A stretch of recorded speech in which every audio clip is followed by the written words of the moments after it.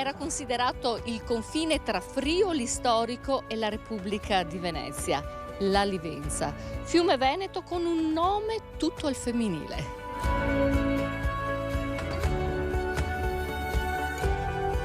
Alla sua sinistra nasce un piccolo paese di lunga storia e grandi tesori. Il nostro viaggio oggi si ferma a Meduna di Livenza. Signori, benvenuti a una nuova puntata di Itinerari Turistici.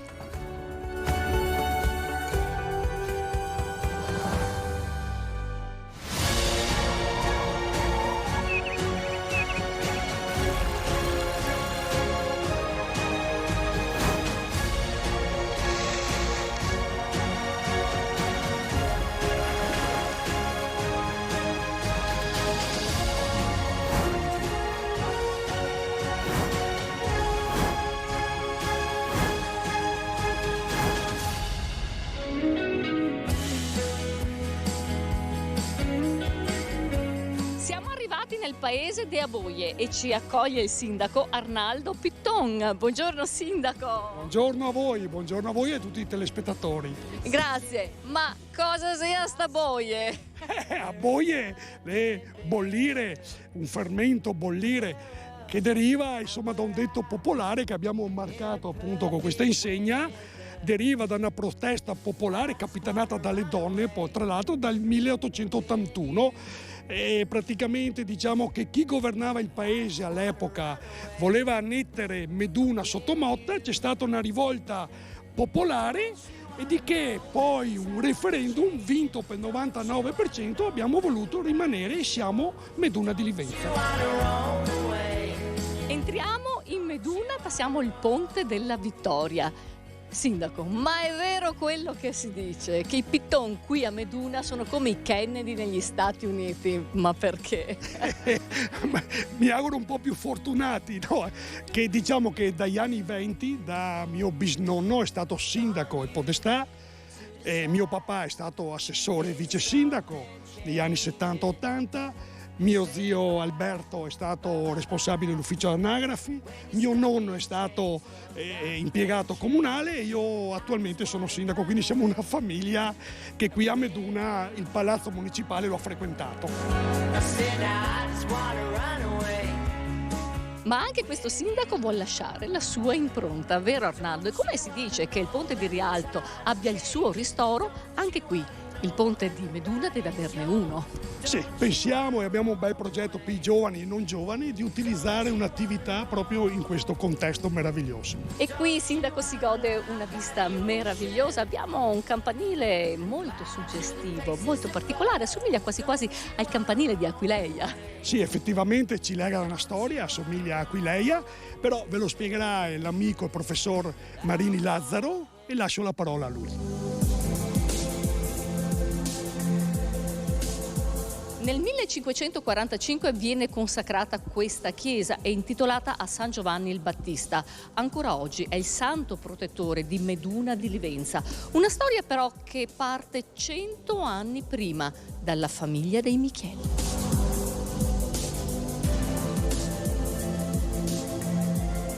Lazzaro Marini, lo storico di Meduna di Livenza, e il suo santo, San Giovanni Battista, un santo importantissimo. Perché?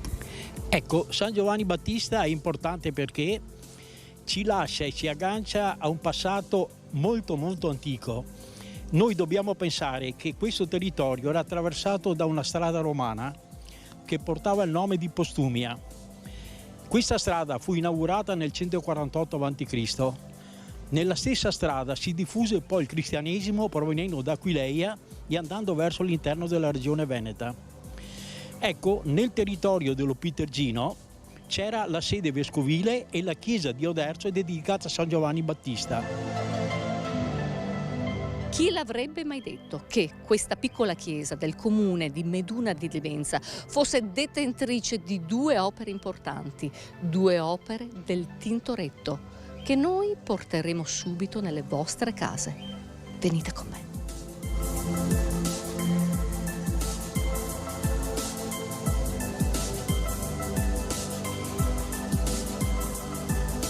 Signori, l'ultima cena di Jacopo Tintoretto.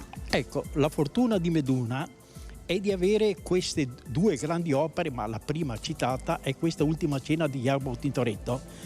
Perché qui a Meduna? Perché poi vedremo la famiglia Michiel, che era un po' feudataria di questo territorio, di origine veneziana. Vedremo che i Michiel addirittura hanno 3 dogi durante la storia di Venezia. Ecco, riesce a contattare Tintoretto, siamo qui gli anni 1540, 45, 50, e commissionano questa opera che rappresenta proprio Gesù con gli apostoli all'ultima cena. Una tela simile, qua è quasi coeva, la troviamo a Venezia nella chiesa di San Marcuola. Per quello c'è questa vicinanza nello stile tra quella veneziana e questa di Meduna. I Michiel erano una grande famiglia veneziana, anzi una delle 12 famiglie veneziane, 12 apostoliche, che furono l'inizio della Repubblica Veneta. Ma questa è un'altra storia, partita 100 anni prima, proprio da Palazzo Michiel, ora sede comunale, che noi andremo a vedere. Andiamo!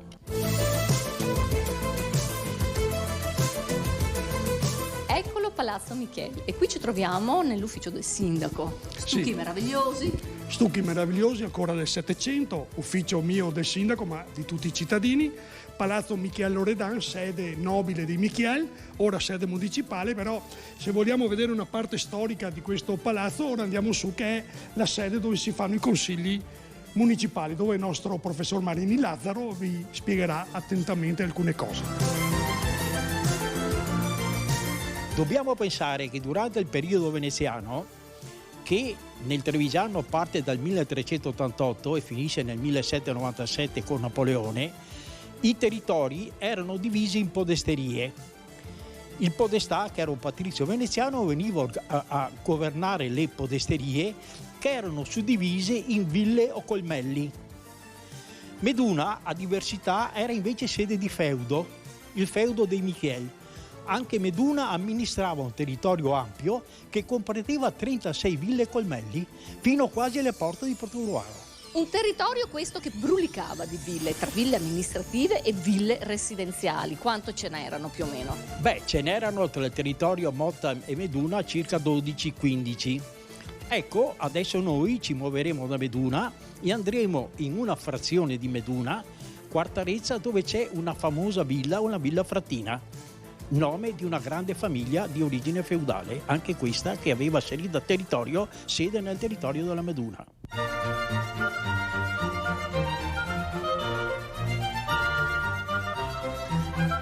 Lazzaro, che meraviglia! Qui tradizione e cultura si respirano ad ogni passo e Villa Frattina è stata costruita in un passo particolare. Il passo particolare è quello di un luogo che è la confluenza di 3 province e di 2 regioni, non solo al giorno d'oggi ma secoli fa. Questa villa, costruita nel 500, poi ci avviciniamo, è veramente un capolavoro che ci è stato conservato nel tempo e curato in maniera splendida, in particolare dagli attuali proprietari. Allora portiamo al nostro pubblico a casa questa meravigliosa villa, il suo interno, con gli arredi originali dell'epoca, gli arredi originali del Cinquecento. Andiamo.